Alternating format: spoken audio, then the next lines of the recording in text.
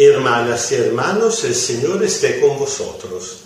Escuchamos ahora el texto del Evangelio de hoy, lunes de la semana del séptimo domingo después de Pentecostés, según el rito ambrosiano. Lectura del Santo Evangelio según San Lucas, capítulo 9, versículo desde 37 hasta 45. Al día siguiente, cuando bajaron de la montaña, una gran multitud salió al encuentro de Jesús. Un hombre que estaba entre la gente le gritó con fuerza: «Maestro, te suplico que me ayudes con mi hijo, porque es el único que tengo. Un espíritu se apodera de él y de repente lo hace gritar y lo retuerce, haciendo que eche espuma por la boca y después de maltratarlo, con dificultad lo deja tranquilo. He suplicado a tus discípulos que lo expulsen, pero no han podido». Jesús le respondió: «Gente incrédula y perversa, ¿hasta cuándo estaré con ustedes y tendré que soportarlos? Tráeme a tu hijo». Cuando el niño se acercaba, el demonio lo arrojó al suelo y lo sacudió con violencia. Pero Jesús dio órdenes al espíritu impuro y el niño quedó sano. Entonces se lo entregó a su padre. Todos quedaron maravillados por la grandeza de Dios.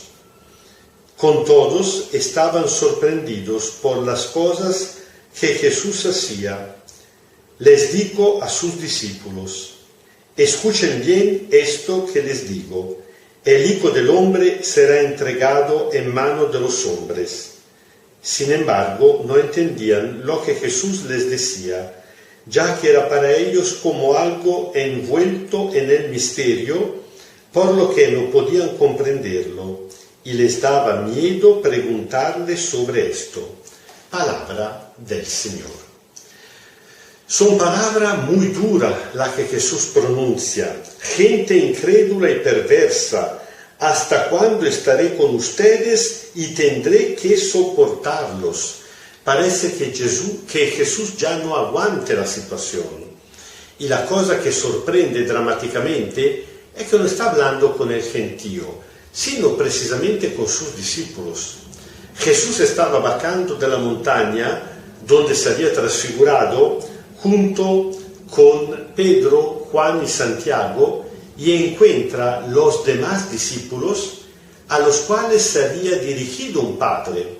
Muy probablemente este hombre había ido para encontrar a Jesús, pero no encontrándolo porque Jesús había subido en la montaña junto con los 3 discípulos que Jesús estaba preparando para un encargo especial, porque Pedro, Juan y Santiago serán la columna de la iglesia primitiva después de su muerte, resurrección y ascensión. Bueno, se dirigen directamente a los otros, que al final siempre eran apóstoles. Y esta gente, los apóstoles, no logran expulsar el demonio. ¿Por qué? Jesús dice: por su falta de fe. Seguramente habrán tenido miedo. Hay gente que tiene mucho, yo diría demasiado, miedo al demonio. Hay gente que incluso esto de lo demoníaco se convierte en una obsesión dentro de la iglesia misma.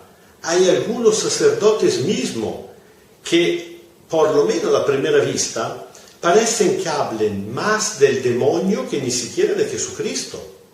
Y por eso al final, aunque se den pinta de ser gran exorcista, gente que habla en contra del demonio, el pecado, pero todo esto revela una obsesión psicológica que al final denota un miedo, y nosotros lo sabemos, no porque somos gente inteligente, sino porque el mismo Jesús lo dijo, que el miedo es el contrario de la fe. Al contrario, cuando uno tiene fe en el Señor Jesús, ni siquiera le da miedo enfrentarse con el demonio. Ni siquiera le da miedo enfrentarse con el mal causado por el demonio en este mundo. ¿Por qué? Porque sabe que Jesús es más poderoso que el demonio. En el texto del Evangelio de ayer, séptimo domingo después de Pentecostés, escuchamos a Jesús mismo que en la noche anterior a su pasión, la noche de la última cena, dijo a los discípulos: yo he vencido al mundo. Jesús tiene un poder soberano que no es un poder aplastante de los hombres, de los pecadores, como muchas veces predica alguna persona. Cristo es signo, revelación de la misericordia de Dios, sino que es el poder aplastante del mal, del demonio. Por eso los que están en comunión con Cristo pueden permitirse el lujo de no tener miedo ni siquiera del demonio y actuar el bien, sabiendo que esta es la fuerza más grande en contra del demonio. Claro, hay que tener fe. Para tener fe, diría San Pablo, hay que conocer al Señor Jesús. Mucha gente piensa de conocerlo, pero lo conoce poco, porque tiene poca familiaridad con los evangelios. ¿Sí? Tal vez ha leído y escuchado muchas cosas sobre Jesús. Muchas de estas cosas que pasan en internet, que pasa en la cosa piadosa, pero no se han puesto a estudiar, a leer, a meditar los evangelios, a familiarizar con el Señor Jesús por medio de los evangelios. Cuando uno hace esto, entra en comunión siempre más profunda, en intimidad con el Señor Jesús, y se da cuenta que realmente Cristo tiene el poder soberano de luchar contra todo mal. Y por eso Él mismo se pone al servicio. Claro, acepta la lógica de Cristo, que es totalmente contraria a la lógica del mundo. Mientras el gentío está alabando a Dios por el gran exorcismo logrado por Jesús, Jesús anuncia lo suyo, que tiene que ser entregado y que su victoria como Mesías pasará por el fracaso de la cruz y la gloria de la resurrección, algo que solo pensarlo le daba miedo a los apóstoles, hasta el punto que no entendían nada y pero no le preguntaban nada. El camino de Dios es sorprendente, es alternativo, no es según los deseos humanos, pero sí es el camino que conduce a la gloria, porque conduce a la paz, porque por medio de la fe nos transforma por dentro y transforma nuestra manera de actuar.